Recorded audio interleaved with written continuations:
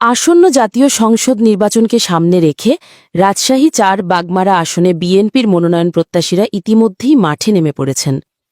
নিজেদের জনপ্রিয়তা ও তৃণমূলের সঙ্গে যোগাযোগ বাড়াতে তারা নানা কর্মসূচি পালন করছেন।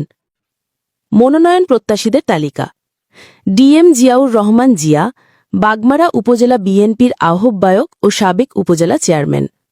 অধ্যাপক মোহাম্মদ কামাল হোসেন, বাগমারা উপজেলা বিএনপির সদস্য সচিব। রেজাউল করিম টুটুল, রাজশাহী জেলা যুবদলের সদস্য সচিব। ড আশফাকুর রহমান শেলী, ড্যাব নেতা ও স্বেচ্ছাসেবক দলের স্বাস্থ্য বিষয়ক সহ সম্পাদক। অ্যাডভোকেট মাহফুজুর রহমান, সুপ্রিম কোর্টের আইনজীবী ও সাবেক ছাত্রদল নেতা।